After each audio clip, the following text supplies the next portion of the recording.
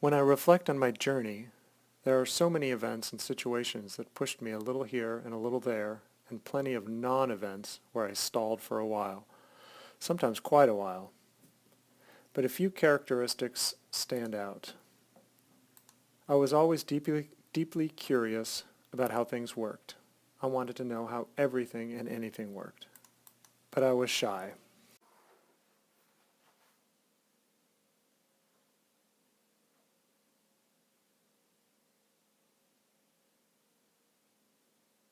I was so shy that every year on the first day of class, I was so nervous and scared, I would throw up and be sent home every year. I felt out of place and different even in preschool. I lived in an 864 square foot, 3-bedroom, 1-bath house with my mom and 2 sisters. And sometimes my aunts would come live with us and take care of us during the day. Sometimes after play dates, my sister and I would tell the parent dropping us off to stop in front of the neighbor's house, and we'd get out pretending for a moment that the big nice house was ours. All I wanted to do was to make things and take things apart.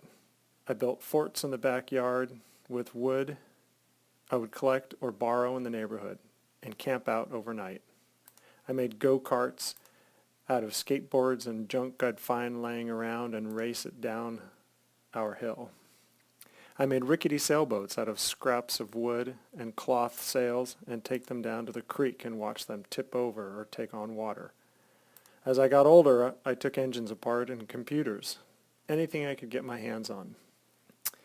Not everything came back together, but I was fascinated with how things worked. I learned by doing. I never liked school. I always thought everyone else had the insight or secret message about how to do well in school. I remember being bored on one Saturday. I didn't know where all my friends were. Later I found out that they were taking the SAT. Oops, was I supposed to take that? I never did take the SAT. My high school GPA was worse than Steve Jobs. I was accepted at my local community college.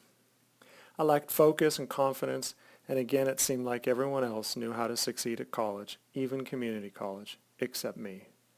It wasn't until trigonometry that I realized what it took to succeed. And it wasn't a secret. It was hard work and tenacity. I remember getting an A in trig. I was one of the only students in my class to earn that grade. I completed a BS from Chico State. Unfortunately, I was able to get a job after college. But then I had this burning desire to get an engineering degree. It wasn't until graduate school that I finally turned to studying mechanical engineering. I was learning about everything I had always wondered about. I loved it. I planned to only get a master's, but my major professor offered to pay my tuition and gave me a yearly stipend, so I stayed. I couldn't believe that I was offered a chance to earn a PhD degree. After 4 long years, I finally finished. There I was. After my dissertation defense, my advisors and professors were calling me Dr. Alexander. I was blown away. I barely graduated high school, took forever to complete a bachelor's, and now I was a doctor of mechanical engineering.